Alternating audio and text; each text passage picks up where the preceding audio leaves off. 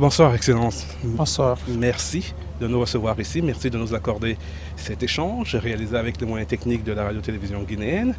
Excellence, vous venez de fêter le 51e anniversaire de l'indépendance de la Guinée. 51e anniversaire dans la douleur. Quelques jours après les événements et avec le recul, quel est votre sentiment? Vous êtes dans quel état d'esprit? Je suis dans un état d'esprit de tristesse. Je suis complètement déçu parce qu'il y a une seule chose qui reste pour un homme, c'est lorsque un homme est fustigé, lorsque tu sais que tu es honnête, lorsque tu sais que ce que tu fais, c'est pour ton peuple, lorsque tu sais que tu as eu un pouvoir sans effusion de sang, que l'histoire peut attester un pouvoir militaire avec tout ce que l'humanité, la communauté internationale, même les géopoliticiens pouvaient imaginer après la mort du feu général Lansana Conté, en partant de l'évolution de la Guinée, il y a de cela 50 ans, un pays qui à un moment donné a connu deux systèmes, la révolution et le libéralisme. Un libéralisme qui finalement s'est soldé vers la fin par un libéralisme sauvage et qui est caractérisé par le non-patriotisme de ceux-là qui ont entouré le feu général Lansana Conté, parce qu'un seul homme ne peut pas bâtir une nation. Et donc, vous vous saisissez de ce destin, un destin bien mérité, un destin que tu n'as pas tapé la poitrine, un destin que tu l'as eu à travers des valeurs, un destin que tout le peuple et toute l'humanité s'est réjouie en ce jour historique, le 23 décembre, la prise du pouvoir. Et lorsque, après tout, sans humiliation, après la prise du pouvoir, sans effusion de sang, même des tirs, et avec un engouement populaire, un soutien populaire de toute la capitale et de l'intérieur, et qui après 8 mois, avec un héritage aussi amer comme celui de la Guinée, le seul pays au monde, ou tout au moins la seule capitale au monde qui n'a pas l'eau et l'électricité, le seul pays au monde en ce plein 21e siècle qui a eu un héritage d'une armée sans être accompagné d'un statut, sans être accompagné d'un règlement respecté, parce que l'armée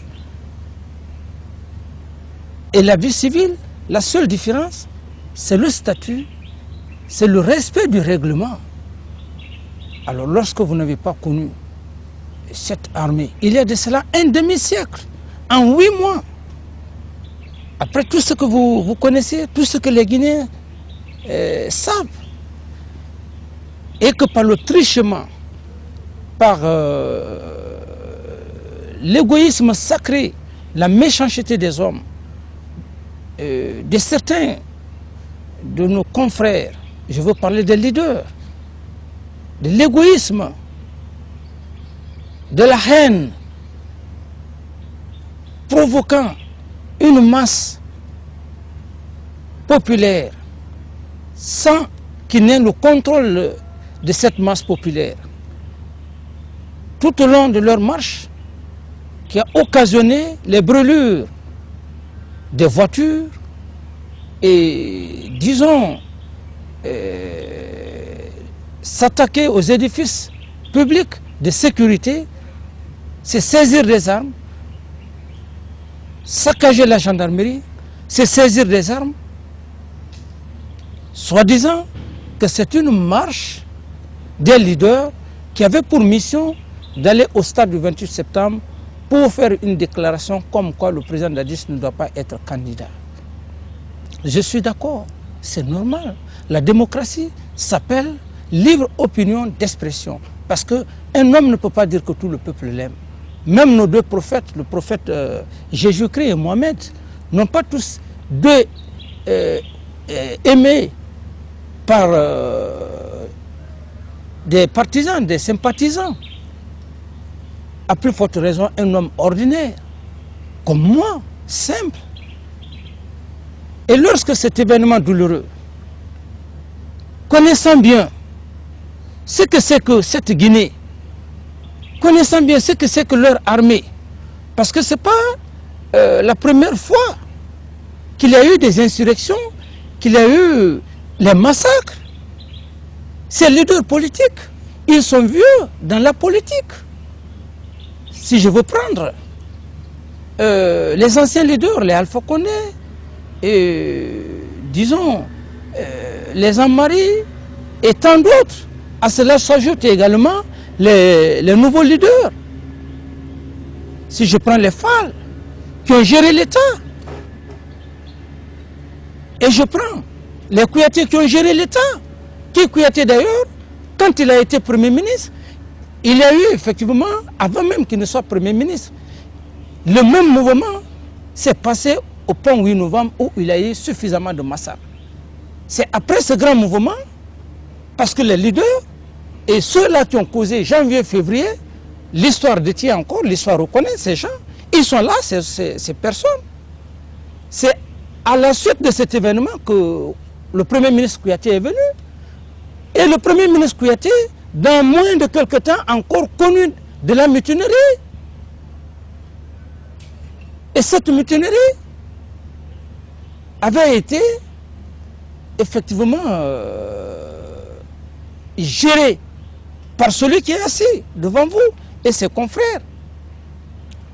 Alors, lorsque il y a un événement de ce genre, je puisse dire, on ne peut être que déçu, on ne peut que dire au peuple de Guinée et à ceux-là qui ont perdu leurs fils, les victimes, les blessés, on ne peut que leur adresser toutes nos condoléances, je ne peux que leur adresser toutes mes condoléances, et aussi à la communauté internationale et à la presse, les masses médias que vous représentez. Parce que cet homme que vous voyez, depuis la prise du pouvoir, il n'a l'ambition, il n'a pas d'ambition.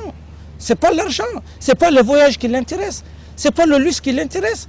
Parce que cet homme qui est assis, il sait qu'il a pris le pouvoir sans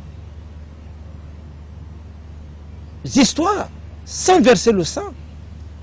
Il a pris le pouvoir parce qu'il s'est soumis. Il a pris le pouvoir parce qu'il a respecté les valeurs et les mœurs de cette nation. Il a pris le pouvoir parce qu'il n'a pas été un homme pressé. Il a pris le pouvoir parce qu'il incarne des vertus. Et donc cet homme aujourd'hui, à travers l'esprit très ambitieux, démesuré, des anciens vieux leaders qui, pendant le temps de Sékou Touré, si je veux prendre Alpha Condé, l'agression du 22 novembre, c'est encore au large, il faisait partie, l'agression du 22 novembre, 70, j'étais encore à l'école primaire, pour ne pas dire à l'école maternelle. Après la mort de Sékou, il fut même condamné à contumace. C'est après la mort de feu Sékou Touré, la prise du pouvoir par le feu général Lansana Conté, Alpha Condé, avec, disons, la création, l'instauration de la démocratie, il est rentré en Guinée. 25 ans, il a combattu feu général Lansana Conté, d'arrache-pied jusqu'à la mort du feu général Lansana Conté. Il fut même emprisonné, jugé devant le peuple pour avoir cautionné la rentrée des rebelles. Cette histoire est connue. Et lorsque ces pères, malgré leur âge, sont plus de 70 ans,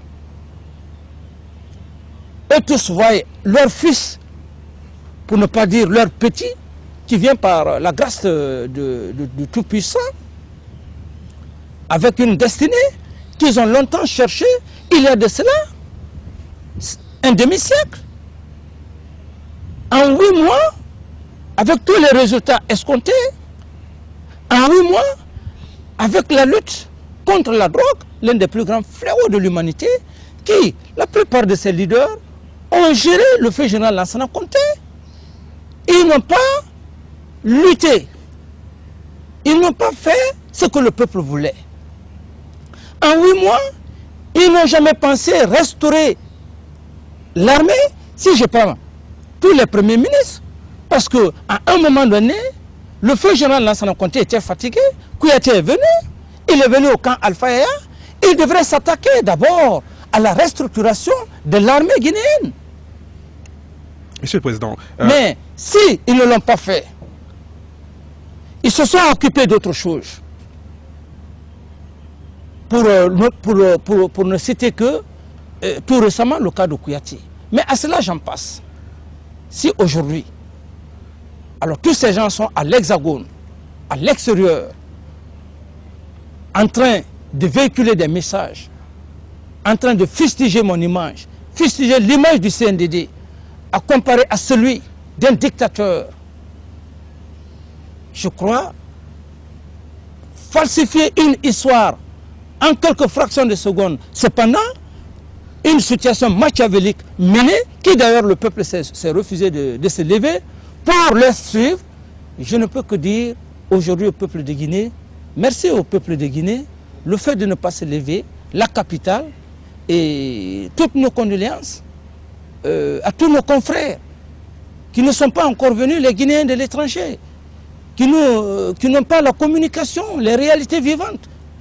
Leur adresser toutes nos condoléances, mais que cet homme qui est assis devant vous ne peut que regretter, ne peut être que déçu par rapport à ce qu'il n'a jamais imaginé qui pouvait lui arriver. À l'impossible, nul n'est tenu. Voilà quant à la réponse de votre première question. Monsieur le Président, après les événements dramatiques qui viennent se dérouler, le choc passé, le deuil qui va finir, qu'envisagez-vous concrètement comme mesure pour identifier les coupables, les poursuivre et les sanctionner, de part et d'autre bien sûr? Oui. Bien avant même, j'ai fait un communiqué, la présidence, le premier, je crois, c'était une commission d'enquête nationale et internationale en rapport avec la justice guinéenne pour voir la situation et, comme vous venez de le dire, qui est coupable, qui a fait quoi, qui n'a pas fait quoi. Je l'ai fait et je crois que les Nations Unies ont déjà eu effectivement cette déclaration, cette grande décision qui d'ailleurs, je pense bien que tous les Guinéens se sont réjouis. Ensuite, c'est moi qui ai jugé nécessaire de demander à l'Organisation des Nations Unies d'un choix digne de nom d'un président africain sage pour la médiation. Troisièmement, j'ai parlé également d'un gouvernement d'union nationale intégrant les partis politiques jusqu'au plus haut niveau. Et donc, je crois favorablement, la communauté internationale a déjà répondu, disons le deuxième volet, qui est le président Blaise Compaoré, qui à ma connaissance est un homme expérimenté, un homme aussi qui est très pondéré, qui est serein, et un homme qui connaît aussi les réalités de l'Afrique, et un homme qui, je pense qu'il est juste par rapport à ce qu'il a déjà fait, juste par rapport au choix qui lui est demandé d'être le médiateur. Ensuite, le médiateur, dans ses négociations, essaiera effectivement de mettre en place, de créer éventuellement le dialogue et faire des propositions concrètes, pas pour le président d'Addis, mais pour la nation, à tous les leaders politiques, à tous les Guinéens de l'étranger, même Guinéens de l'intérieur. Et comme ça, ce grand homme va conduire les élections présidentielle, et pour que cette élection présidentielle soit paisible et acceptée de tous les Guinéens et Guinéens. Et donc, la justice, déjà à ma connaissance, est actuellement en train de prendre toutes les dispositions qui, dans sous peu de temps, essaiera de faire son travail, et d'ici là que la communauté internationale disons envoie des enquêteurs indépendants, aussi indépendants, parce qu'il faut ça, des hommes neutres, pour réellement en finir une bonne fois, et pour que la Guinée parte aux élections le 31 janvier, et le Guinéen qui va être choisi, que ça soit accepté de tous les Guinéens, et qu'on puisse, que pour ne plus que ces cas malheureux puissent rester comme une tradition. Et ça pourra saper le développement, ça pourra saper l'avenir de la nouvelle génération. Monsieur le Président, il y a quelque chose d'important. Tous les leaders reconnaissent que la Guinée, dans l'état actuel, est ingouvernable. En tout cas, ne peut pas être dirigée par un civil. Pourquoi? Parce qu'il faut faire l'ordre dans l'armée. Si reprenez la question, s'il vous plaît. Tous les leaders reconnaissent, en tout cas en privé, que la Guinée, dans l'état actuel, est ingouvernable pour un civil. Est-ce que vous pensez que vous êtes dans une position où vous pouvez faire l'ordre, mettre l'ordre dans l'armée? Parce qu'on se rend compte évidemment que l'armée ici, c'est un problème. Bon, aussi pour être honnête, parce que l'homme, on est tous appelés à mourir. Et c'est pourquoi, chaque fois que je parle, je jure au nom de Dieu, au nom de mes enfants qui sont innocents. Parce qu'après tout, si je dois jurer, je peux jurer que pour ma personne. Parce que mes enfants sont innocents, mais je ne peux pas jurer au nom de Dieu et à ma progéniture. Il faut avoir la tête sur les épaules pour le faire. Mais si vous voyez un homme le faire, il faut dire que cet homme est honnête.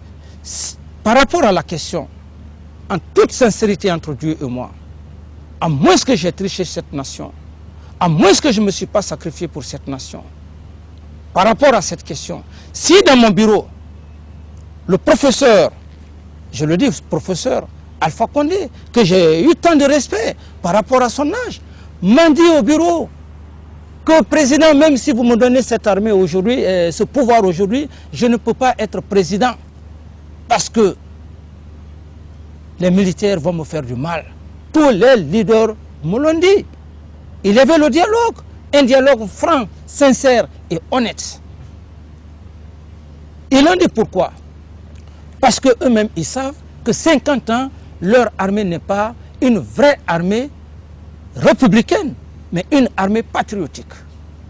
Et c'est pourquoi les gens doivent faire la part des choses. Armée patriotique. Cette armée patriotique, c'est comme le cas de la rébellion que je parlais tantôt d'Alpha Condé, qui a été jugé. Il a été pris à la frontière. Quand la Guinée a su qu'elle est attaquée, toute l'armée, toute la population s'est mobilisée pour combattre les rebelles. Ça, c'est ce qu'on appelle l'armée patriotique. Parce que chacun se sent concerné par rapport à la patrie. L'armée républicaine, que eux-mêmes savent, n'est pas structurée. Cette armée, le statut a été bafoué il y a de cela 50 ans. Et lorsque une armée n'a pas de statut, cette armée, le pays est voué à des cas très dangereux. Parce que le statut, c'est quoi? Le caporal, c'est là où il doit aller. Le sergent, idem. Mais lorsque le statut du soldat, l'homme de la troupe, même de l'officier est bafoué, lorsque le militaire a l'arme avec lui, il n'est pas caserné, il va dormir avec l'arme, chez lui, au quartier, avec sa famille. Et lorsqu'il a des histoires, quand il est fâché, il rentre chez lui, il prend l'arme, il tire en l'air. Et lorsque le militaire ne connaît pas le numéro d'arme, et lorsque le militaire, le soldat, qui doit aller pour une mission, n'est pas dans une unité organique, je veux parler d'un groupe élémentaire, de la section, de la compagnie, parce que l'armée républicaine, c'est quoi? Lorsque le soldat doit se déplacer pour un point B, sa position doit être connue. Lorsque le militaire doit aller à la faction, il est doté d'une arme, son chef de groupe prend le numéro de l'arme, il va à la faction, après la faction, il intègre l'arme, il va dans la caserne, il n'est pas en tenue, il ne se promène pas en tenue. Alors, tous ces facteurs ont été bafoués, donc il y a de cela 50 ans. Et s'ils l'ont dit, ils doivent avoir le courage de me reconnaître. En 8 mois, cette armée m'obéit. Parce que cette armée n'a pas peur de moi. Mais cette armée me respecte. Cette armée est assise sur un espoir. Parce que ce n'est pas aujourd'hui que j'ai vécu avec cette armée. Parce que chez nous, la démocratie dans l'armée, le pouvoir, c'est les armes, la vie ou la mort. Je n'ai pas tapé la poitrine pour prendre ce pouvoir. Il a fallu l'union.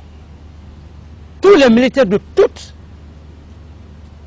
les identités culturelles, la Basse-Guinée, la Moyenne-Guinée, la Haute-Guinée et la Guinée forestière. Et également les officiers supérieurs, y compris le ministre de la Défense, qui m'ont tous accompagné. J'ai encore un de mes instructeurs. Venez là, s'il vous plaît, mon colonel. Il a été mon instructeur, directeur de l'EMIA. Il est aujourd'hui commandant. Il a été le directeur de l'école. Quand je suis revenu de l'Allemagne, j'ai fait mon baptême dans sa main. Pourquoi cet homme, universitaire de son état, il a même son CID, l'école de guerre, instructeur de son état, pourquoi tous ces hommes-là m'ont choisi pour que je sois président? Est-ce que parce que je suis le plus grand académicien? Est-ce que parce que je suis le plus grand intellectuel? Ou bien parce que je suis le seul à avoir fait l'université? Non, c'est mon honnêteté, mon patriotisme, ma sincérité, parce que je ne connais pas l'ethnie. J'ai évolué comme ça avec la troupe. Après l'Allemagne, je suis allé au front, que je vais vous montrer les photos. Le contingent des Guinéens en Sierra Leone. Je faisais partie. De là-bas, je suis revenu. Après quelques exercices de fonction, je suis reparti en Allemagne pour le cours de capitainerie. Ensuite, je l'ai achevé au cours de parachutiste commando. Je suis revenu. Le cours d'état-major, il a été mon directeur des études avec la coopération française, le colonel Taverny. Et tout ça pour vous dire que cet homme qui est assis, si les leaders l'ont dit, c'est pour vous dire que les leaders se refusent aujourd'hui parce que simplement, ils veulent aller rapidement au pouvoir. La seule façon, il fallait créer cette situation de trouble pour demander qu'un contingent d'interposition puisse arriver parce que c'est la seule arme qu'il détenait, comme Machiavel l'a dit, que tous les moyens sont bons pour y arriver à son objectif. La population, sachant qu'en 8 mois, la seule capitale au monde qui n'a pas l'eau et l'électricité, en 8 mois, il y a de l'amélioration. Cependant, un des hommes, un des leaders que je respecte, c'est Loudalin, il a été honnête. Il a dit, au moment où il était Premier ministre, ils ont engagé 500 millions de dollars pour l'électricité. Il dit, capitaine Dadis, si vous ressuscitez dans l'électricité, vous allez vous immortaliser, votre nom va rester dans les annales de l'histoire. Actuellement, il y a l'amélioration au niveau de la capitale, sans compter encore que les groupes ne sont pas installés. En 8 mois, je vais résolver cette situation. L'eau, par exemple, et sans compter la lutte contre la drogue. Tous ces leaders qui parlent, Premier ministre et consorts, leaders politiques, pourquoi Premier ministre, le feu général Lansana Conté, déjà était affaibli, était fatigué, il a pris le pouvoir, il l'a donné au Premier ministre. Pourquoi ils n'ont pas combattu la lutte? Ils n'ont pas combattu la drogue. En 8 mois, je réussis effectivement à lutter contre la drogue, à éradiquer actuellement. Il n'y a plus de trafiquants narcos. Ceux qui se sont échappés, ils sont à l'extérieur, ils sont en rapport, bien sûr, avec eux, parce que c'est de l'argent blanchi qui finance et qui d'ailleurs est à la cause de cette insurrection, parce que ces cartels trafiquants narcos ne sont pas contents, ils ont de l'argent. Et donc, le président Dadis est devenu un obstacle pour ces hommes-là. Il y a tous ces facteurs, sans compter les négociations, les contrats, les grandes promesses qu'ils ont eu à faire aux Occidentaux, à certains gouvernements, pour dire que si je suis président, c'est moi qui peux faire ça pour la France, c'est moi qui peux faire ça pour les États-Unis, c'est moi qui peux faire ça pour ceci, cela. Non, personne ne peut aimer la France plus que moi, parce que c'est la langue de Molière que je parle. Parce que j'ai eu une formation depuis les primaires de la langue de Molière. J'ai eu la chance d'aller en Allemagne. C'est parce que j'avais maîtrisé la langue de Molière pour une maîtrise parfaite de la langue de Goethe. J'ai eu la chance d'avoir le cours d'état-major de Kouékidan avec la coopération française. J'ai ce lien séculaire. Pour vous dire encore une fois de plus, personne ne peut dire qu'il aime encore les Américains plus que moi. Parce que j'ai l'un des plus grands objectifs des Nations Unies, c'est la lutte contre la drogue. J'ai été l'un des éléments à combattre ça. Pas seulement pour la Guinée, mais pour la sous-région, pour l'Afrique et aussi pour le monde. Alors donc, je suis très désolé, en toute sincérité, parce que ces hommes, à travers leur système machiavélique, ils ont causé quelque chose, ils ont mobilisé la masse. Ces hommes ont brûlé, les brûlures de véhicules, j'en passe, mais se saisir, saccager les commissariats de police et la gendarmerie, se saisir des armes de guerre, l'arme de guerre. On parle de marche, on parle de la démocratie. Est-ce que ces armes de guerre, là où nous sommes actuellement à Bellevue, c'est juste à côté où ils ont défoncé la police. Ici, en face, ils se sont saisis les armes avant d'aller à quelques 8 km. Même pas plus. Ça veut dire que c'était prémédité. Pourquoi se saisir des armes de guerre pour une réclamation au stade du 28 septembre, qui était d'ailleurs interdit, parce qu'on avait un match avec le Burkina Faso. À partir de cet instant, tout le reste était inévitable? À partir de cet instant, tout le reste était inévitable. Du moment que les hommes se sont saisis des armes, leurs partisans, que eux-mêmes ils étaient en tête, ils ont saccagé la sécurité, c'est saisir des armes. Ensuite, la gendarmerie, c'est en ce moment que je suis resté au bureau et qu'on m'a dit, il semble-t-il que ceux qui marchent ont saccagé la gendarmerie et la police, mais que les militaires sont là-bas. Je suis sorti juste dans mon bureau.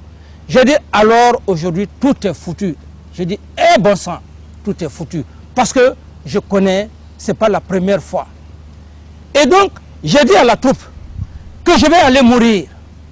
Parce que la masse qui s'en va et qu'on dit qu'ils se sont saisis des armes, parce que c'est un clan des extrémistes qui sont là.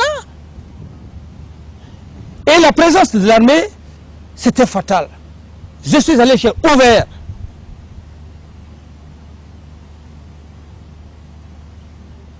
J'ai d'abord demandé à un de mes hommes de me donner la clé.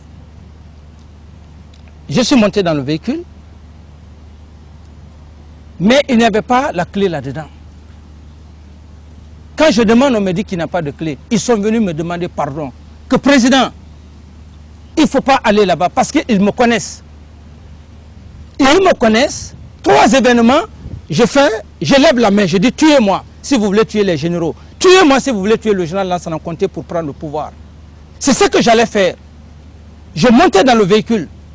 Je serais le premier à m'arrêter comme ça, en toute sincérité. Mais ils se sont refusés. Et donc, je reste au bureau. J'étais très bouleversé.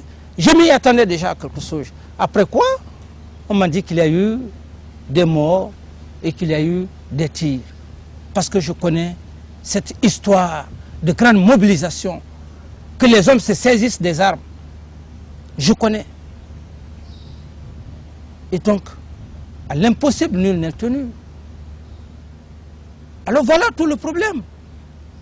Et donc, pourquoi je dis une armée patriotique, mais pas une armée républicaine? Parce qu'une armée républicaine, le chef de groupe, lorsqu'il a des événements comme ça, tout de suite, le commandant de compagnie est informé, d'échelon en échelon, le groupe ou la section qui doit aller, tout de suite, les armes, on fait sortir les armes, et ce ne sont même pas les armes, parce que si c'est la guerre. Et donc, le chef de groupe qui doit conduire le groupe ou la section, les éléments vont être identifiés avant de monter dans le véhicule. Et s'ils doivent aller pour essayer de cadrer, on vérifie, si c'est pour peut-être effrayer les hommes, on vérifie s'ils n'ont pas de munitions pour qu'ils puissent aller. Et donc ils s'en vont, ils vont au lieu, au retour.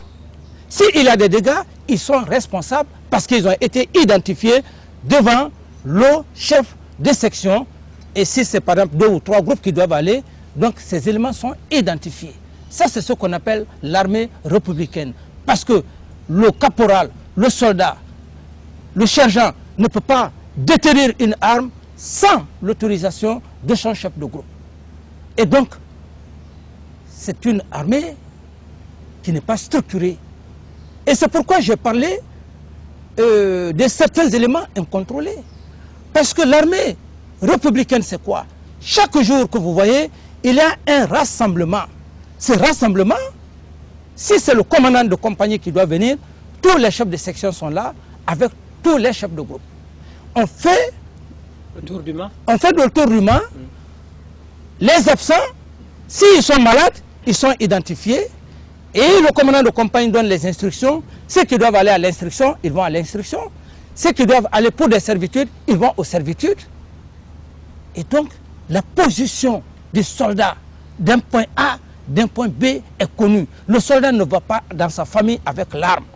J'ai hérité ça il y a de cela 50 ans. C'est pourquoi, lorsque vous posez votre question, les leaders, cherchant, connaissant ça, ils savaient que puisque janvier, février, au 1er novembre, ça a été la même chose. Ils savent que l'armée, leur armée, parce que ce n'est pas mon armée, à moi seul, ces leaders savent que leur armée, qu'ils ont tant étudié, il n'y a pas de structure, il n'y a pas d'ordre, l'ordre peut ne pas être respecté. Il suffit simplement, comme le cas qui s'est passé, c'est certains de leurs collègues qui ont téléphoné pour dire que les hommes qui marchent, nous sommes menacés.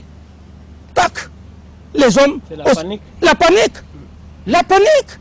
Est-ce que le président, en 8 mois, 50 ans... Monsieur le Président, étant donné ces événements, la Guinée ira quand même aux élections le 31 janvier? La Guinée ira aux élections. Mais vous venez de constater, tout le peuple est dans le deuil. Mais, vous avez vu, la ville est calme, mais le peuple a l'espoir. Vous avez vu tout de suite, quand on venait, le peuple s'est refusé de se lever, mon frère. Ces leaders l'ont fait.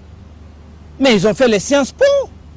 Ces vieux leaders, Alpha Condé, 1970, il faisait partie de l'agression. Il a été condamné par Sékou Touré à contumace. Feu général Lansana Conté, il a été condamné ici, devant nous. Et c'est le plus rusé. Pourquoi il est rusé et méchant? Il a laissé les autres leaders ici. Il est parti aux États-Unis. Et donc, Dalin est resté, Jean-Marie Doré est resté, Fall est resté, si j'ai bonne mémoire. Oui, il était là. Sidia est resté. Mokhtar, le jeune. Mokhtar, il est resté. Lui, il est parti. Pourquoi il a fait? Il est très rusé. Il a fait pourquoi? Parce qu'il sait que s'il y a la justice, de près ou de loin, si ces hommes-là ont tiré, ces hommes ont tiré. Mais la loi condamne que lorsque tu conduis un mouvement et que tu n'arrives pas à contrôler le mouvement, et que tes partisans se saisissent des armes de guerre, et que tes partisans portent préjudice aux usagers, brûlent les véhicules, et qu'il y ait des morts, tu en es responsable. Et donc, ça veut dire que si demain, la loi, la justice, de près ou de loin, doit condamner, d'une part, ceux-là comme militaires, c'est que ceux-là, les leaders qui sont là, ils vont être certainement condamnés. Je ne dis pas condamnés parce que je dis certainement. Et donc, s'ils sont condamnés, ça veut dire qu'ils sont disqualifiés des élections. Seul Alpha Condé, qui est rusé, il n'est pas disqualifié. Voilà, il a piégé les autres. Il a piégé les autres. Il est rusé, il est méchant. Il le veut, il m'a dit dans mon bureau que président, tant que tu es avec Cellou Dalein, il a même qualifié de voleur de ceci, de cela. Il dit, tant que tu es avec lui, je ne viendrai plus dans ton bureau. Fall me l'a dit, sur l'honneur, dans le bureau du ministre de la Défense, que ton bonhomme, ton voleur est venu tomber dans ton filet. Ils m'ont fait la guerre à cause de Cellou Dalein ici. Eux tous disaient de procéder à l'audit pour éliminer Cellou Dalein. J'ai refusé parce que je suis très réfléchi. Je me suis dit que le système de Machiavel, en ce moment, comme maintenant on parle, on aurait dit que le capitaine Dadis a créé l'audit pour éliminer Cellou Dalein. En ce moment, eux, ils font face à moi. Donc je me suis refusé. Ici, la presse en a parlé. Le programme d'audit est en cours. Voilà, un autre événement vient tomber. Il laisse ses collègues. Pourquoi ne pas rester? Il reste aux États-Unis, aux Nations Unies, il est au Quai d'Orsay, il est à Bruxelles. Il laisse ses collègues ici. Tout ça pourquoi?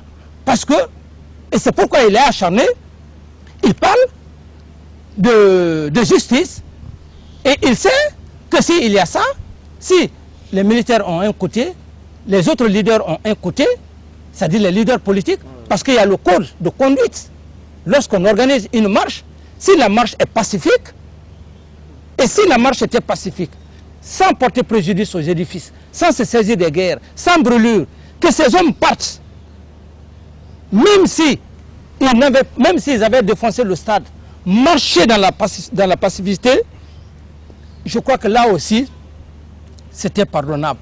Mais du moment que les commissariats de police ont été saccagés, les armes de guerre ont été prises, tous les documents de l'État ont été jetés par-ci, par-là, donc les leaders, d'une part, ont été à la base parce que simplement, ils n'ont pas su cadrer leurs hommes. Et si la loi peut pencher à ce côté, Alpha Condé, il se dit aujourd'hui, il est heureux. C'est pourquoi il est en train d'errer dans la nature, vers les États-Unis, un peu partout, pour parler de force d'interposition, et pour parler de ceci, de cela, parce que, et vous allez, il est très méchant, parce que c'était une forme d'éliminer les autres. Les autres actuellement, ils sont blessés. Et lui, est-ce qu'il est blessé?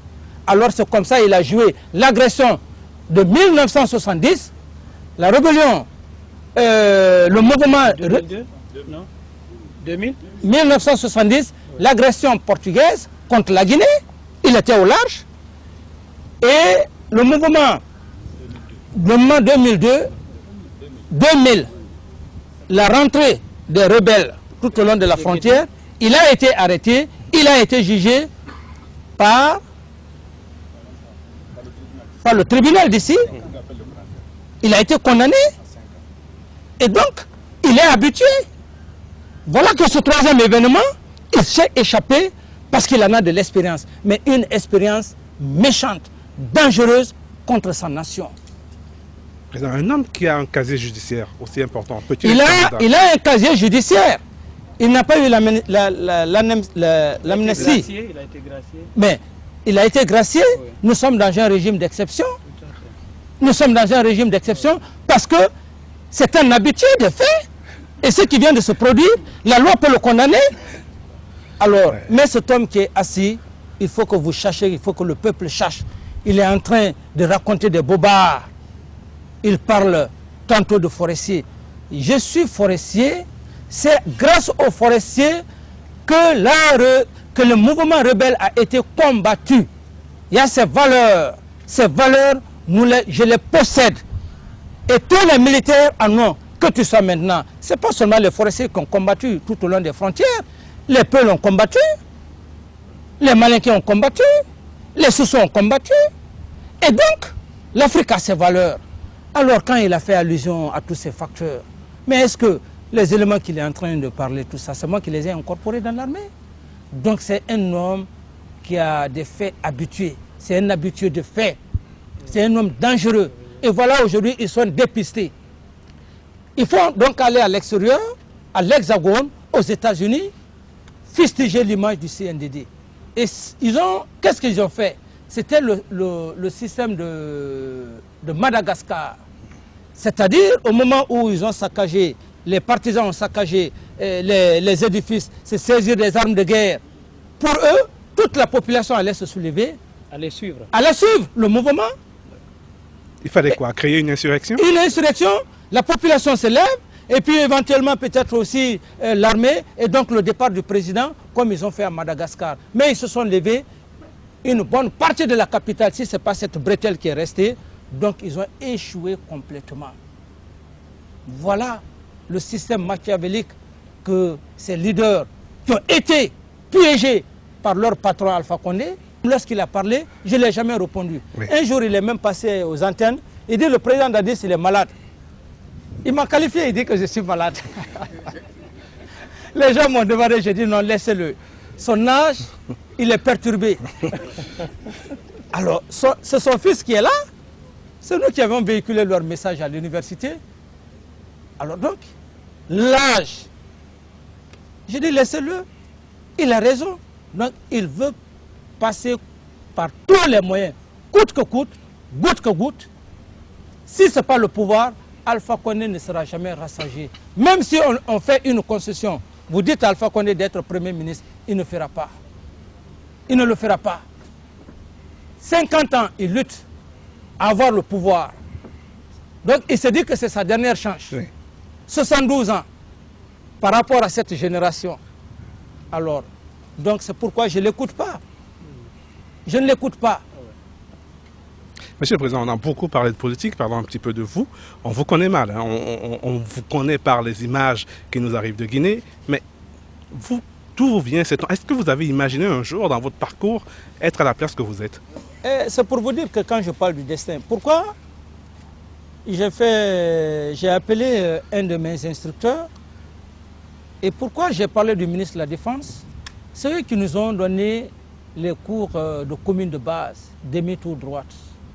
Je n'ai jamais pensé en commune de base. Non. En commune de base, quand d'ailleurs il était question même de recruter des gens pour le corps Parachutus, lui il a été recruté, tout le monde a fui. La commune de base, personne n'a dormi parce que personne ne voulait faire ce corps. Donc, la commune de base, personne ne pouvait imaginer, même moi qui vous parle, je ne pouvais pas imaginer aujourd'hui que je pouvais être à cette place. On a fini la commune de base. Je suis allé en Allemagne, j'ai fait le cours officier. Après le cours officier, j'ai passé à l'université de Neuer-Biberg et puis je suis revenu. Je suis allé au contingent. Mais à un certain moment donné, le destin m'a poussé à penser à aller faire le cours de parachutiste commando, 2e niveau. Et quand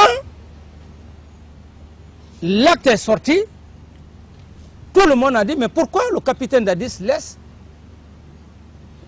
Alors, il juge nécessaire d'aller faire le cours de parachutiste commando en Allemagne. Ça a été un problème. Personne ne pouvait imaginer. Et je suis allé.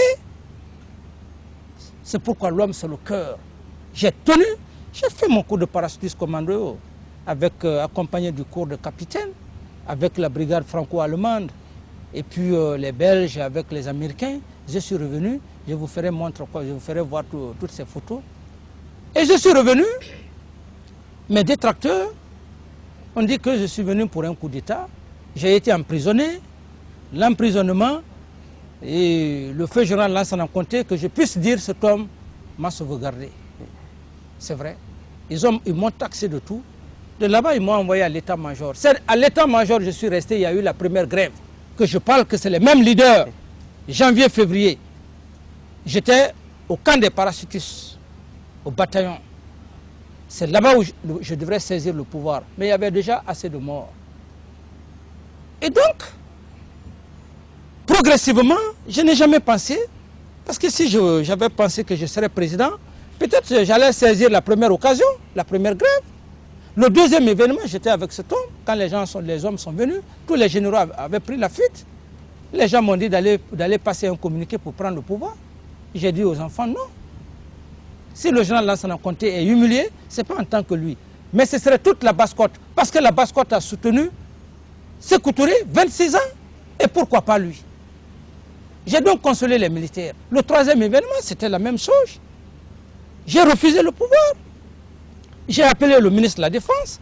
J'ai dit ce pouvoir, je crois que le feu général Lansana Conté ne peut pas aller dans l'humiliation. Quel pouvoir? Nous allons prendre un pouvoir, ça va être une guerre ethnique. Ce n'est pas le feu général Lansana Conté en tant que tel, mais parce que la Basse-Côte a reçu toutes les autres identités culturelles ici. C'est un peuple qu'il faut respecter. Si un de leurs fils est là, un fils ne peut pas être à tout moment parfait. Il faut qu'on se patiente. Nous nous sommes patientés dans cette grande stratégie et c'est pourquoi la prise du pouvoir a été effective. Parce que ces hommes savaient déjà qui devrait être président. Qu'est-ce qui vous a motivé finalement à le prendre? Vous avez laissé plusieurs occasions passer. Oui. D'un seul coup, vous dites, ça y est, il faut prendre. Voilà. Et ce qui m'a motivé, j'avais déjà informé toute la troupe. Et c'est pourquoi je respecte le feu général Lansana Conté. Parce que c'était un homme réfléchi. Un jour, quand il y a eu cette grande mutinerie ici, le tout dernier mouvement, dans son palais, j'ai pris la parole en 20 minutes. En ce moment, Kouyaté venait de quitter, c'est Soirée qui était là. J'ai dit à cet homme que nous nous sommes refusés pour changer le régime. Parce qu'on le fait, Dieu ne va pas nous donner la chance. Vous avez souffert, vous êtes malade, votre état ne vous permet pas. Mais je vais vous dire, mon général, après vous, nous n'allons pas, vos fils ne vont pas se laisser faire. C'est un homme réfléchi. Il pouvait se dire, mais en quoi ce jeune garçon parle? Il savait, c'était un grand stratège, il savait qu'aucun de ses compagnons n'allait se saisir du pouvoir.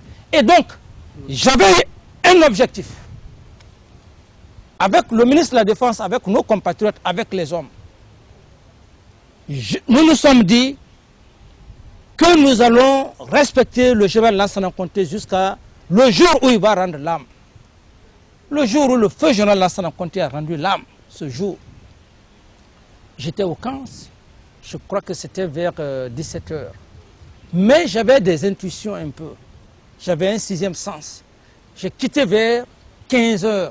Je suis allé voir mon ami qui est Dr Zabat, qui est mon médecin, mon ami en même temps. De là, je suis allé voir le ministre d'État, qui est un ami d'enfance. Et je suis allé directement voir le ministre de la Défense, mon collègue, parce que je passe, chaque fois que je veux aller à la maison, je passe souvent, et puis on se communique, on arrête les stratégies. C'était une stratégie. Je suis allé le voir, j'ai dit, mais mon ami, aujourd'hui, le vieux n'est plus parti au village, parce que le vieux avait dit qu'il allait partir au village et que ses enfants allaient le rejoindre, de ne pas venir. J'ai dit, mais le vieux n'est pas parti. J'ai dit, la situation, je n'ai rien compris. Au même moment que je quitte, pas plus de 30 minutes, j'étais avec mon ami. Il y a un soldat qui m'appelle, il appelle mon Kolo, un de nos hommes qui a la transmission, il appelle le capitaine et dit, ah, il dit au président, il dit au capitaine que le président est mort. Ah. Comme ça? Oui. Il me dit, ah, il paraît que le président est mort. Je dis, quoi? Que la radio a annoncé. À l'instant, j'ai dit, aujourd'hui, la vie ou la mort. On a respecté cet homme. C'est un pouvoir générationnel. De là, je suis quitté. Avant que je ne rentre à la maison, c'était envahi par les militaires. Je rentre, je me prépare. On a continué et nous sommes venus. Le ministre de la Défense, on s'est communiqué. Et Marturin et également les autres, on s'est retrouvés. La même nuit, on n'a même pas cherché pendant que le président de l'Assemblée était là, tous les ministres, leurs 4x4 étaient en train de faire. Il avait même rédigé un communiqué, ça passait, ça ne nous a pas intéressé. On a mis les dispositifs, on a foncé directement à l'information, on s'est saisi de la situation. Qui on va demander? On a demandé la communauté internationale, on a demandé un pays, on a demandé le peuple. C'est aujourd'hui maintenant que les gens vont dire ceci, cela. La Guinée appartient qu'aux Guinéens. C'est en ce moment qu'on a dit la vie ou la mort, ou le pouvoir ou la mort, parce que c'est notre temps. C'est un pouvoir générationnel. On a été patient. Et quand on a pris le pouvoir, il n'y a pas eu effusion de sang. Tout le peuple s'est mobilisé pour nous soutenir. Et voilà un peu ce grand souvenir. Chaque fois que je pense à ce grand souvenir, je n'aurai plus jamais un honneur, jusqu'à ce que je quitte le pouvoir par rapport au jour, à l'avènement du pouvoir. Même ceux qui sont morts là aujourd'hui, eux tous m'ont accompagné. On a fait le tour de la ville, on est revenu. Quand je pense à ça, je demande simplement à Dieu, si Dieu, j'ai eu le cœur de dire un seul jour, de braquer l'arme pour le tuer, Dieu retourne à ma progéniture. Mais si je n'ai pas sorti de ma bouche pour dire, allez tuer, Dieu va me grandir, il grandira mes enfants, il grandira ma progéniture. Parce que je sais qu'un jour, je m'en irai. Je mourirai un jour. Mais j'ai besoin de quoi? J'ai besoin de laisser quelque chose que j'ai tant défendu, la paix, que j'ai tant évité, les mouvements d'insurrection, l'intoxication. Mais le destin étant là, avec un héritage amer, 50 ans, une armée qui n'est pas structurée en 8 mois. Et c'est pourquoi je parle qu'il y a des éléments incontrôlés. Même le sergent peut être incontrôlé.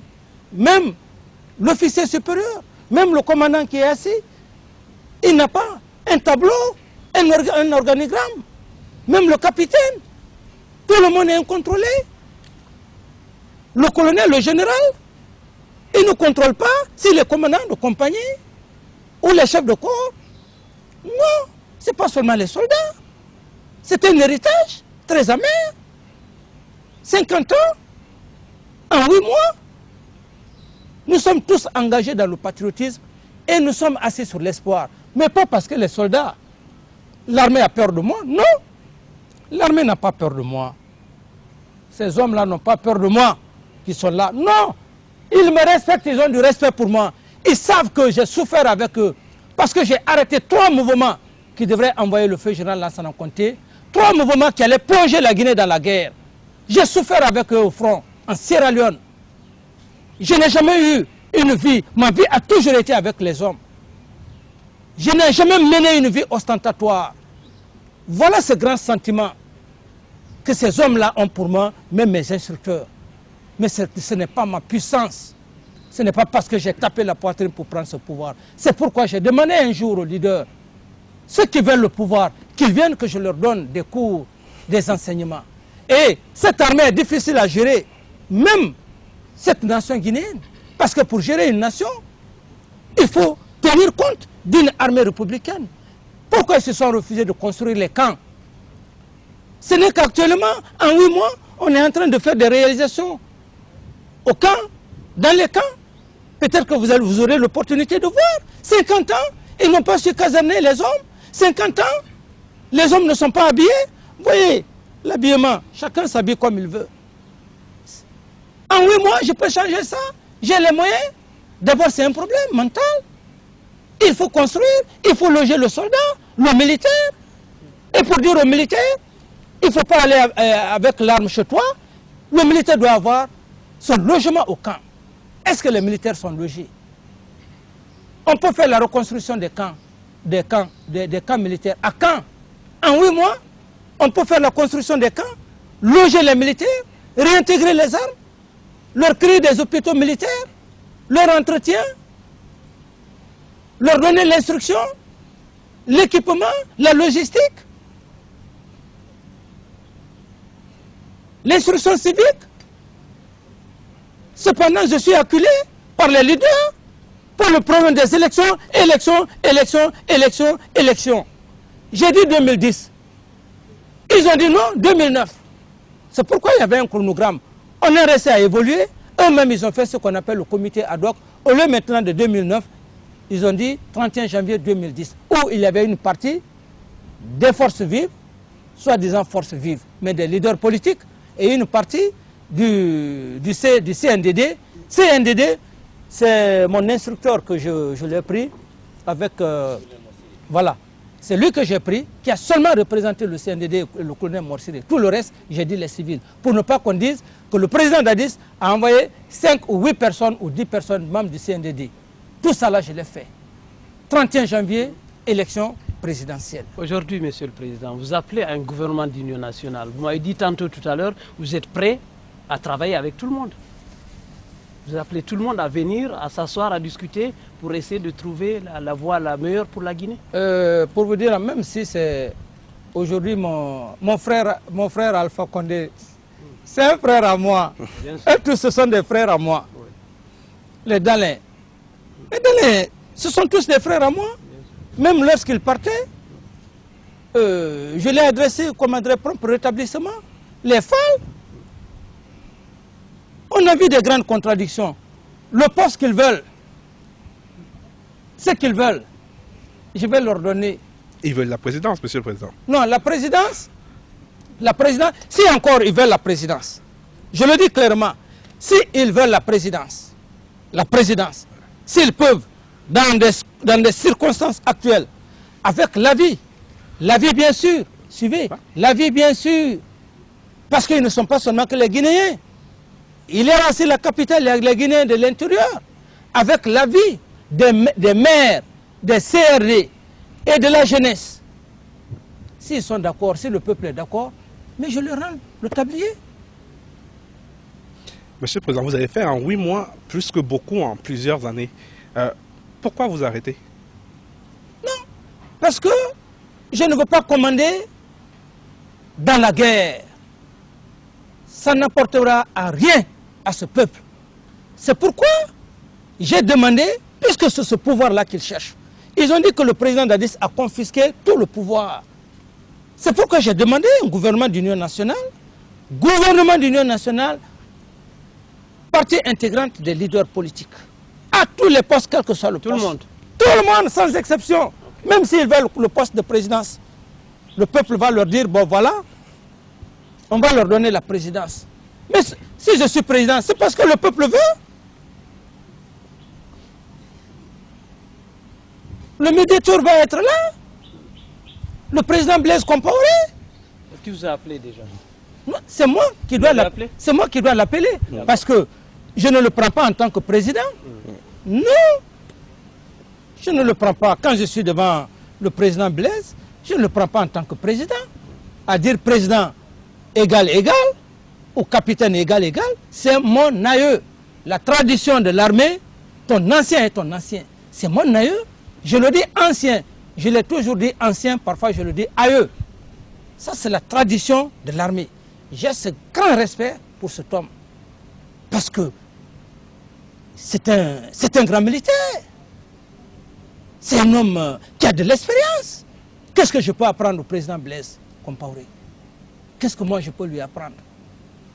Ils nous ont émerveillés pendant que nous étions à l'université, la révolution. Le capitaine Jerry Rawlings, ce sont des personnes que j'ai besoin de leur expérience. Je n'ai pas fait une histoire par rapport à eux. Le président ATT, le président Denis Sassou Nguesso. Quand je suis avec ces hommes, je ne suis pas président. Je suis leur jeune. Excellence, on arrive pratiquement à la fin de cet entretien. Juste une ou deux questions encore. Quelle est votre ambition pour la Guinée?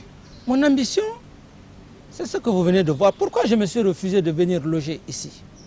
Ici, là où on est assis. Mais j'allais habiter ici. Parce que toute cette grande cour-là, c'est ma souveraineté, ça. C'est la souveraineté du chef de l'État. Ça, c'est ma deuxième résidence. La première résidence, c'est en ville.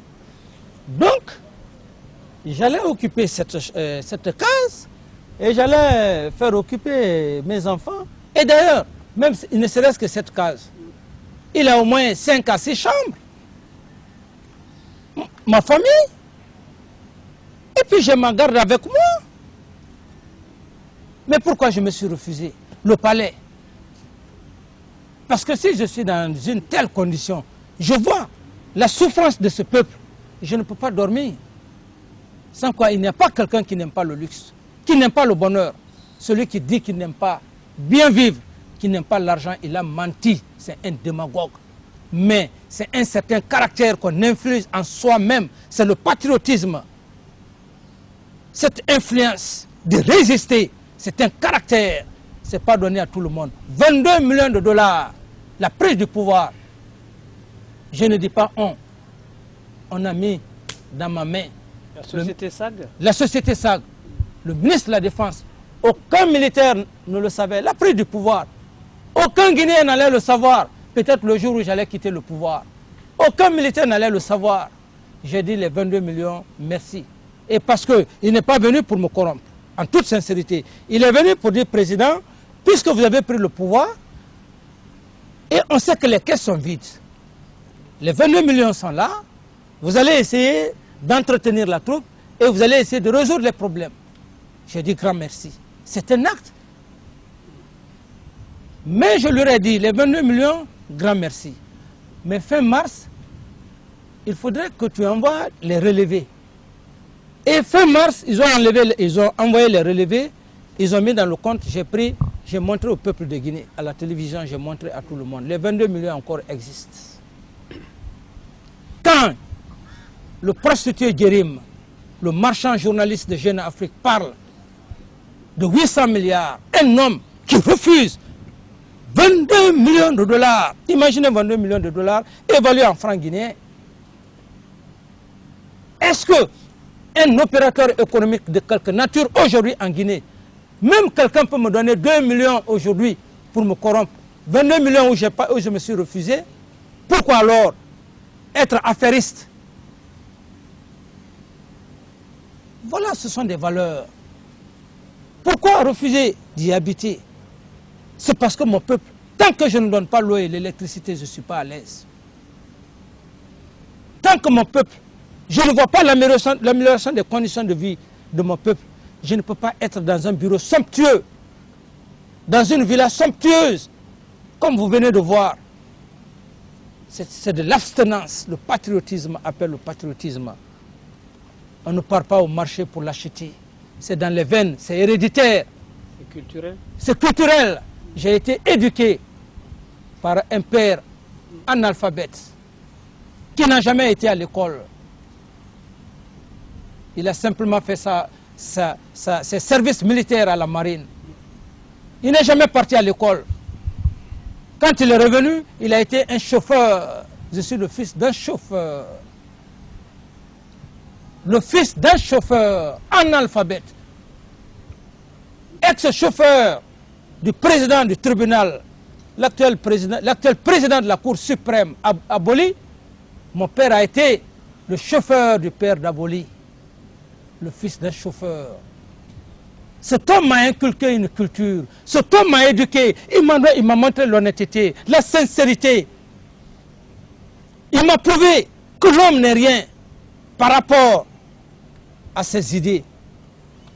Il m'a laissé quelque chose. C'est cette chose qui a fait que tous ces hommes, toute l'armée guinéenne, mes chefs, les militaires, m'ont pris avec les deux bras pour me hisser aujourd'hui à la tête de cette nation. Une famille modeste que vous aurez l'occasion de connaître. Je suis né dans une case. Dans une case. Très malheureusement, après la mort de mon père, cette case est déjà détruite. Dans une case.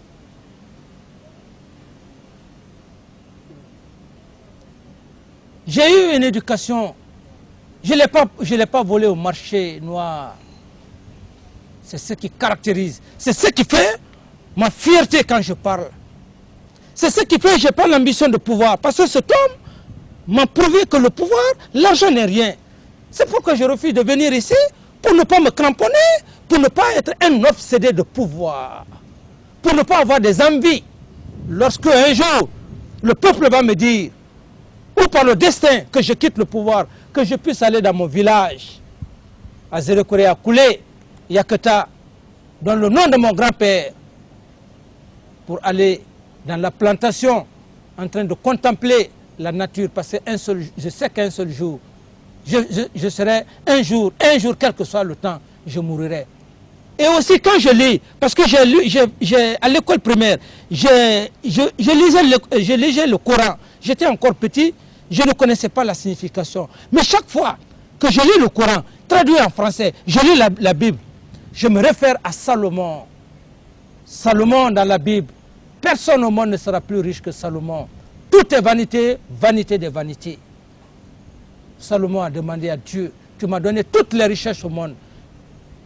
Tu m'as donné l'or, tu m'as donné des enfants, tu m'as donné un honneur. La seule chose que Dieu, je demande que tu me donnes, c'est la sagesse. Voilà, ça c'est pas venu comme ça. Je suis lié à ça. C'est pourquoi tout ce que les hommes tournent, machin, quand j'ai ma Bible, c'est de mettre cette Bible-là. Quand je serai dans mon linceul, je peux mourir naturellement, tout comme je peux mourir d'une autre manière, parce que c'est Dieu qui sait quand, à quel moment je mourrai. Et quel que soit, même si je disparais, quelle que soit la façon dont je vais mourir, mais c'est que les musulmans vont prendre le Coran, les chrétiens prendront la Bible pour prier pour mon âme. Parce que quand tu meurs, ce n'est pas le corps qui est important, ton âme est chez Dieu. Voilà, je suis assis sur ça. C'est pourquoi le palais, j'ai refusé. Une question sur les Guinéens de l'extérieur. Actuellement, on est en train de faire des recensements. Je ne sais pas si vous êtes au courant. Il y a des pays qui sont exclus de ce recensement. Je prends l'exemple du Canada, où pourtant vous accordez une grande importance à la contribution et à la participation. Une grande importance. Le Canada, même si l'équipe descendait aujourd'hui pour me dire que le Canada n'a pas été recensé, et dès maintenant d'ailleurs, je prendrai toutes les dispositions, le ministre de l'Intérieur. Si le Canada n'est pas dans le schéma, immédiatement on envoie des éléments au Canada. Tous les Guinéens de l'étranger, c'est pour cette raison que j'ai créé le département des Guinéens de l'étranger. Même vous, je n'ai pas besoin de vous. Non, vous, en toute sincérité, qu'est-ce que vous pouvez me donner? Vous ne pouvez rien me donner. Si vous avez des millions, si vous avez tout, gardez pour vous. Mais j'ai besoin de votre fils. Parce que ce sont ces enfants-là qui vont me reconnaître. Vous pouvez ne pas me reconnaître. Parce que votre âge, à un moment donné, vous pouvez faire la politique. On peut être des concurrents en idée, même étant là, on peut s'opposer en idée. C'est pourquoi je dis que, à commencer par vous, tous les Guinéens, je n'ai pas besoin de vous, je ne veux même pas que vous m'appréciez. C'est pourquoi je ne cherche même pas à vous écouter. Je ne vous écoute pas, hein. Je ne lis pas l'Internet. Non, je dis à tout le monde, l'Internet, je ne vois pas l'Internet. Même les journaux. Les journaux, je ne lis pas les journaux parce que ça peut me distraire, ça peut me donner la haine. Ça peut me conduire à la haine. Ça peut me décourager. Ce sont vos fils qui vont me reconnaître. En ce moment, je serai mort. Les enfants des Guinéens de l'étranger et nos enfants qui sont là, ils vont bâtir cette nation. Pour le moment, nous sommes tous des sacrifices. Il faut qu'on se sacrifie. Nous sommes des sacrifices. Je peux dire, on est tous entachés de par-ci, de par-là. On a de la confusion dans notre esprit. Et vous et moi, nous avons de la confusion. Cette confusion, il faut l'idéal, qu'on enraye complètement l'injustice sociale, qu'on préserve nos richesses minières au profit de nos enfants. C'est pour cette raison, parfois, j'ai des réactions instantanées. 50 ans, un pays aussi riche comme ça, tous les leaders aujourd'hui qui parlent, ils ont fait des comptes offshore, des paradis fiscaux. C'est pourquoi je dois combattre ça. Et j'attire tous les investisseurs étrangers. Aucun contrat ne se fait actuellement entre un investisseur étranger et un ministre. Ça se fait autour d'une table. Pourquoi? Pour la transparence, pour éviter les pots de vin. Parce que on a souvent découragé les investisseurs étrangers. Un investisseur étranger vient, on le demande, pour qu'on te donne une licence pour telle mine, il faut donner $1 million. finalement, il ne donne pas l'intéresser, il s'en va. Donc, c'est pourquoi j'ai interdit. C'est pourquoi les gens sont contre moi. Les gens sont contre moi. Et donc, c'est mon système. Et donc, investisseurs étrangers, l'État, gagnant, gagnant, dans la transparence. Même les contrats qui ont été mal ficelés. Les gens pensent que moi je vais prendre la hache en train de dire que c'est les investisseurs étrangers. Ce ne sont pas les investisseurs étrangers. C'est nous. On a été malhonnêtes. Ceux qui ont géré la nation, nos devises, l'or, le diamant, nos gisements, ils se sont rabaissés. Ils ont pris des pots de vin aux investisseurs étrangers. C'est l'investisseur étranger qui va te dire que non, le contrat là n'est pas bon pour toi. Il ne faut pas qu'on essaye toujours de s'articuler pour dire l'impérialisme. Ça, l'impérialisme, ça c'était une époque. L'impérialisme n'est pas en France. L'impérialisme n'est pas en Allemagne. Moi j'ai fait l'Allemagne. J'ai fait l'Allemagne, c'est pourquoi j'ai ce grand brassage culturel. L'Allemagne s'est développée par le patriotisme, l'honnêteté, la sincérité, quel que soit ton lien avec un Allemand. Même si vous mangez, vous sortez, si tu n'as pas la moyenne, il te rapatrie. Tu es rapatrié. L'Europe est assise sur ça. La France, j'ai fait la brigade franco-allemande. Ce sont des valeurs. L'Europe s'est développée par rapport à l'honnêteté, par rapport à la rigueur. Pourquoi pas nous? On est là en train de brader toutes nos richesses. Après on court, on va se font détourner. On est à l'Hexagone. On commence à parler dans les antennes RFI, ceci, cela. Finalement, pour ceux-là qui ne le savent pas, ils vont dire la France est contre la Guinée. Les États-Unis, le grand mouvement qui s'est passé ici, c'est les Français qui sont venus mobiliser les Guinéens pour aller au stade. C'est les Français qui ont dit aux enfants et aux innocents de saccager la sécurité, c'est saisir des armes. C'est les Français, c'est les Allemands, c'est les Américains, c'est nous-mêmes. L'impérialisme, c'est nous, les Africains, les intellectuels aliénés africains, qui se prennent pour des plus grands intellectuels. Quel ouvrage! Quel ouvrage!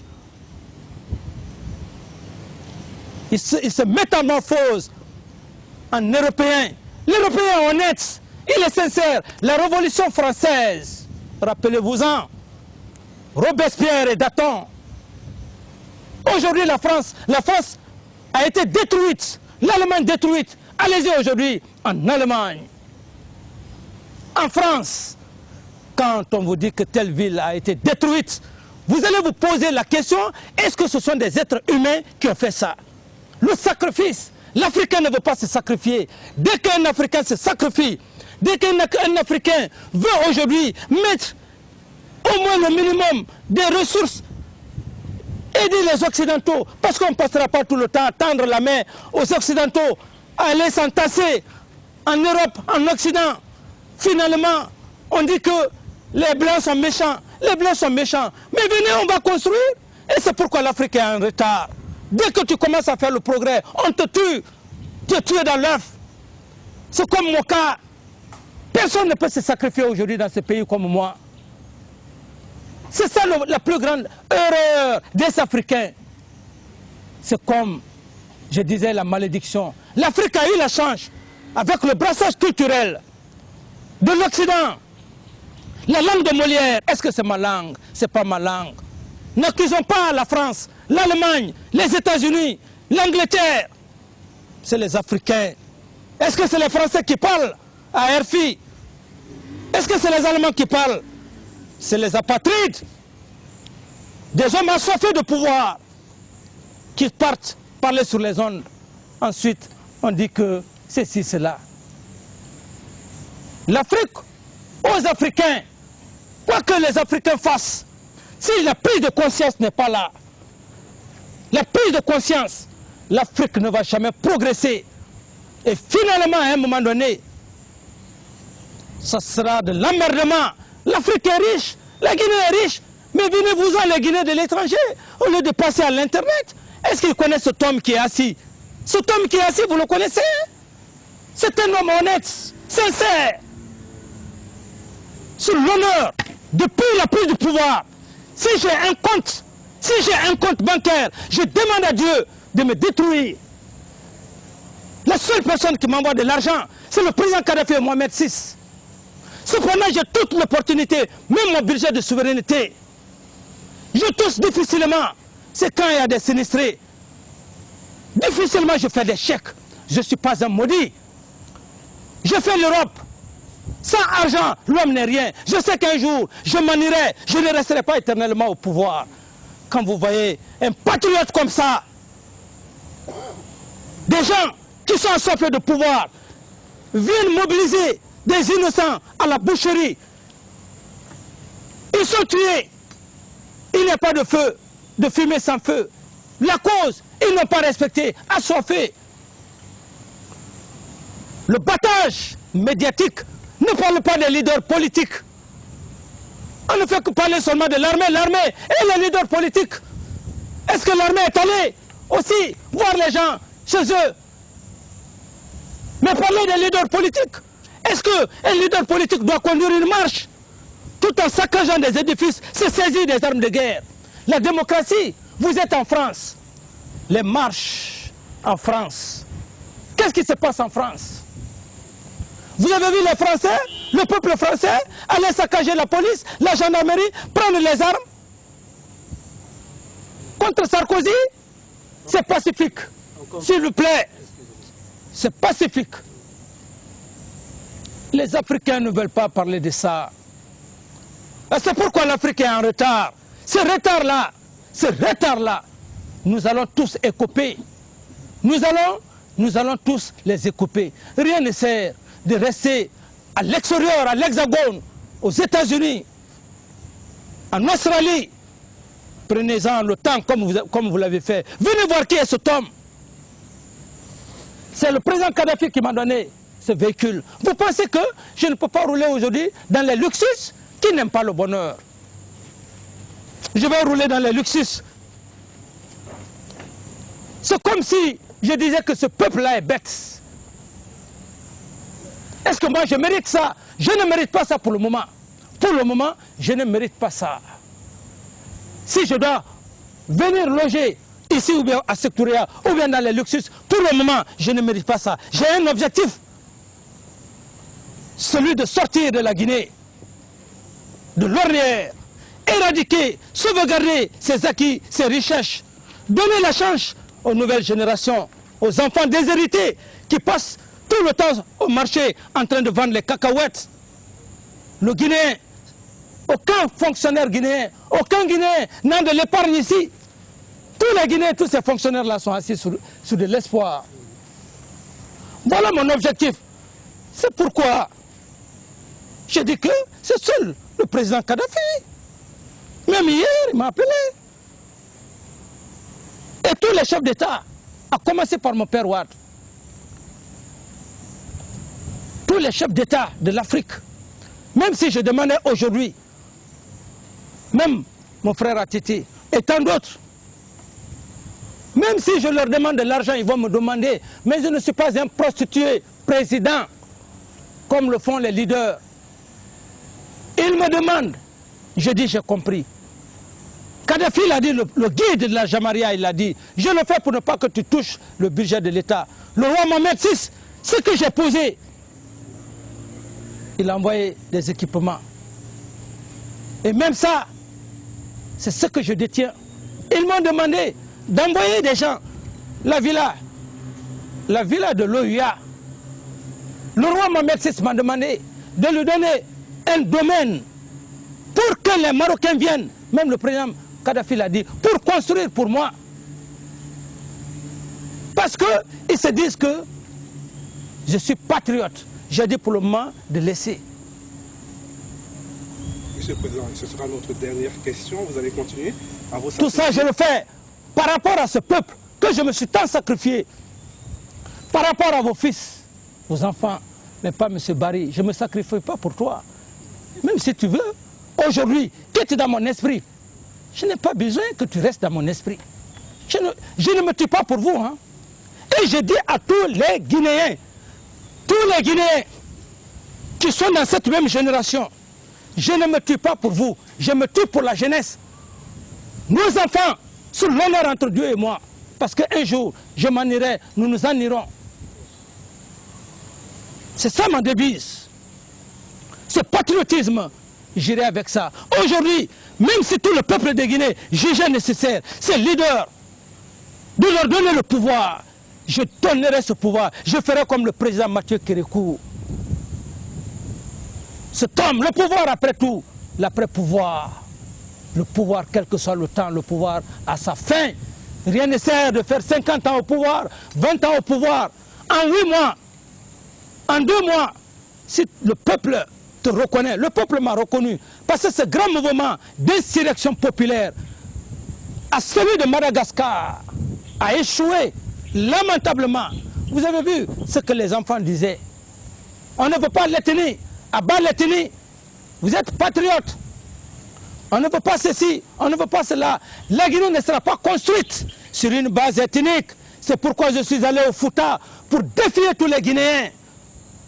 Défier tous les Guinéens. Défier tous les leaders. L'accueil réservé au Fouta a choqué tous les leaders. Je leur ai défié. C'est ce qui a provoqué la haine, la méchanceté, qui a conduit aujourd'hui ce peuple à un carnage, à un berceau de tristesse, que je demande à tout le peuple de Guinée de prendre Dieu, cet homme qui est assis. Les gens veulent à tout prix l'abattre, à tout prix, quels que soient les mots, parce qu'il est devenu un obstacle. Il a lutté contre la drogue. Il y a toute cette lutte qui est là. Il a assaini les finances. Il n'y a plus de détournement. Les gens ne volent plus l'argent. Est-ce que tu vois l'argent? Non.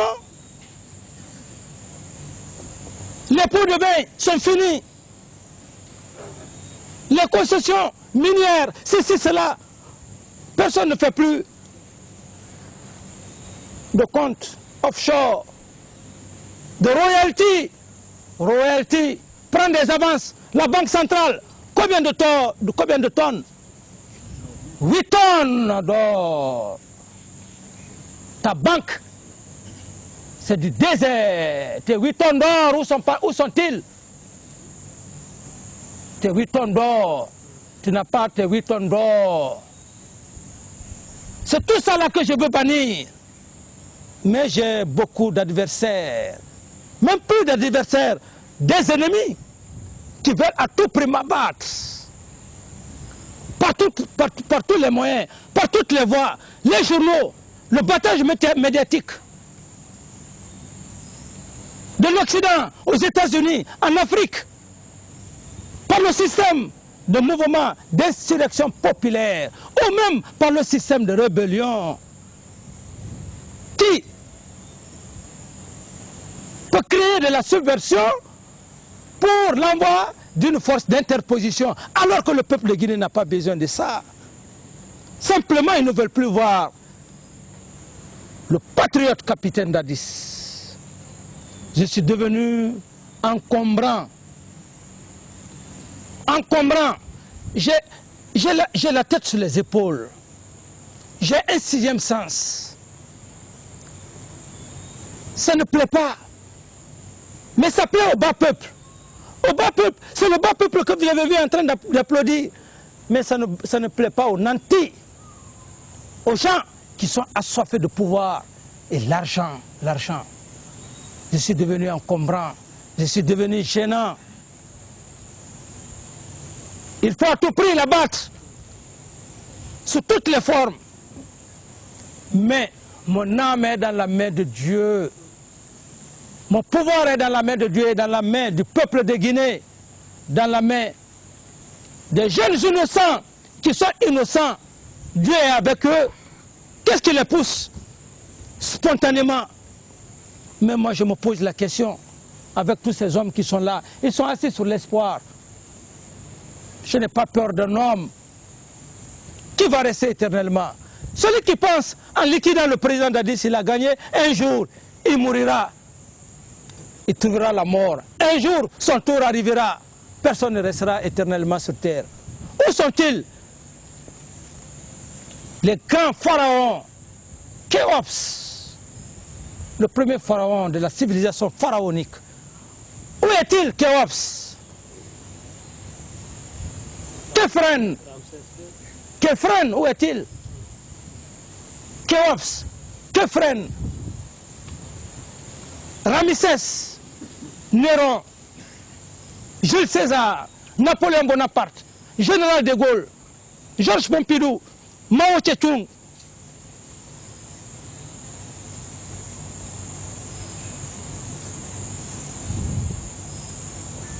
Washington, Eisenhower. Pour ne pas parler tout récemment de notre regretté père, Omar Bongo, président Omar Bongo. Qui va rester? Omar Bongo. Où est-il, cet homme?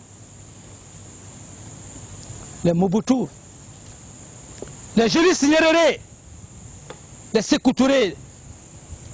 Cet homme que je viens de succéder, feu général Lansana Conté, hier, il était comme moi, il avait de la vivacité, c'était un homme opérationnel. Mais finalement, à un moment donné, il est devenu vieux, il est mort. Pourquoi avoir peur? Lorsque tu es sur un bon chemin, ton âme est dans la main de Dieu. Voilà ma devise. Monsieur le Président, ce sera notre dernière question. Vous allez continuer à vous sacrifier pour le peuple? Je continuerai à me sacrifier pour cette nation. C'est cette devise. Si je rate cette devise, j'aurais commis un tort à ce peuple. Moralement, je ne serai pas à l'aise. Je ferai en sorte que les puissances occidentales connaissent mieux la Guinée à travers vous, pour que la France, qui a des liens séculaires historiques, pour que des apatrides ne partent pas changer la nature des relations franco-guinéennes, qui ont même poussé la France à abandonner la Guinée. La France a abandonné la Guinée. On a tendu la main à la France. La France ne doit pas voir ses leaders. Que la France vienne. Les États-Unis, il faut s'ouvrir vers ces pays de la haute technologie pour le transfert de la technologie, car c'est ce qui manque à l'Afrique. Mais l'Afrique a le savoir parce qu'il y a eu le brassage culturel. Et nous avons nos mœurs. C'est ma politique. Mais ils ont sapé, ils ont devancé, ils ont anticipé pour saper mon image, pour fustiger, me rendre sur l'écran d'un homme extra. Comme je parlais tantôt du plus grand escroc, de ce grand prostitué Jérim, chef des jeunes Afrique, qui a leur solde, qui est venu à travers nos mines pour dire de faire une négociation, l'Iran et la Guinée, avoir un pot de vin par rapport à un Jérim, me demander 500 000 € pour que je lui donne par trimestre 500 000 € pour faire mon image. Quelle image? Il n'a qu'à tout écrire. Est-ce que moi je lis d'ailleurs les journaux? Je ne lis pas les journaux, je ne lis pas l'internet, parce qu'ils vont me désorienter sur mon objectif.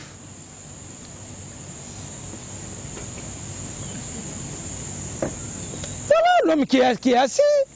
Vous avez vu mon bureau, et vous aurez la chance. Vous avez vu ma chambre qui est réservée. Pas un seul jour j'ai passé la nuit. Le bureau est là-dedans. Vous irez au camp. J'occupe une chambre. Une chambrette. Tu quittes dans mon bureau, tu rentres dans ma chambre. Ma fille est à côté.